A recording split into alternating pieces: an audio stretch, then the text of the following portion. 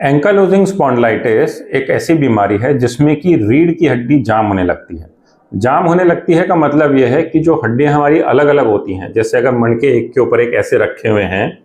तो वो अलग अलग रहते हैं, इसलिए तो हम मुड़ पाते हैं या झुक पाते हैं या कुछ खेल पाते हैं। लेकिन एंकालोजिंग स्पॉन्डिलाइटिस में ये रीढ़ की हड्डी जो है जाम होने लग जाती है।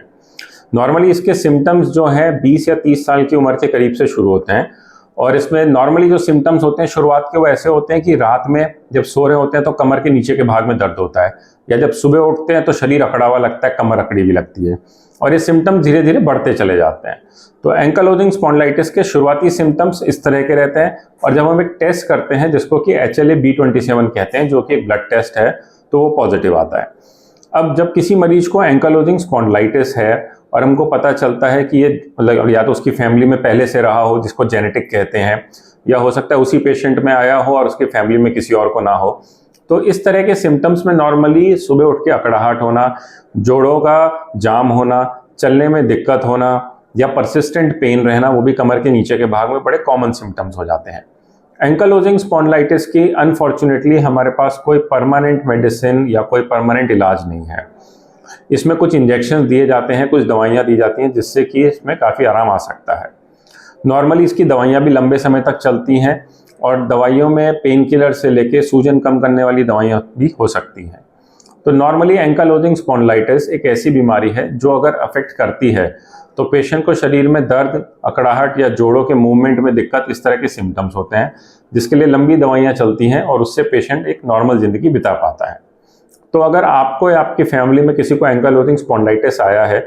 तो आप अपने नज़दीकी किसी भी रोमेटोलॉजिस्ट को या फिजिशियन को या ऑर्थोपेडिक सर्जन को दिखाएं, जो आपकी स्टेज के हिसाब से आपको ये बताएगा कि अब बीमारी किस स्टेज पे है, उसकी कौन सा आपको इलाज करना है और आपके सिम्टम्स के हिसाब से आगे का गाइड करेगा। अगर किसी को एंकालोजिंग स्पॉन्डिलाइटिस में हिप्स में दिक्कत हो जाती है, या तो हिप्स जाम हो जाते हैं या रीढ़ की हड्डी में दिक्कत हो जाती है जिसकी वजह से इस तरह से झुका हुआ पोस्चर हो जाता है, तो हो सकता है उसमें सर्जरी की ज़रूरत पड़े। जैसे अगर हिप्स अगर जाम हो गए हैं या नी में दिक्कत हो गई है तो हो सकता है हिप रिप्लेसमेंट या नी रिप्लेसमेंट की ज़रूरत पड़े। अगर रीढ़ की हड्डी जाम हो गई है, इस तरह से झुक गई है, तो उसमें हम सर्जरी करते हैं जिससे कि रीढ़ की हड्डी को हम सीधा कर देते हैं। अगर इन पेशेंट को दिक्कत बहुत ज़्यादा है, अगर जैसे पेशेंट की रीढ़ की हड्डी एकदम झुक गई है, वो सीधा नहीं देख पा रहा है और उसको चलने में दिक्कत होने लगी है, तो हम इस तरह की सर्जरी करते हैं जिसको कि posture correction surgery for ankylosing spondylitis कहते हैं, जिसमें कि हम सर्जरी करके उसकी कमर को, जो कि ऐसे झुक गई है, सीधा कर देते हैं और उससे मरीज सीधा भी देख पाता है। तो अलग अलग स्टेजेस हैं, हर पेशेंट को सर्जरी की ज़रूरत भी नहीं पड़ती। इसीलिए अगर आपको एंकालोजिंग स्पॉन्डिलाइटिस शुरू हुआ है या बहुत साल से है तो आप अपने नज़दीकी डॉक्टर को दिखाएं और वो उसी हिसाब से आपको उसका इलाज बताएंगे। Thank you.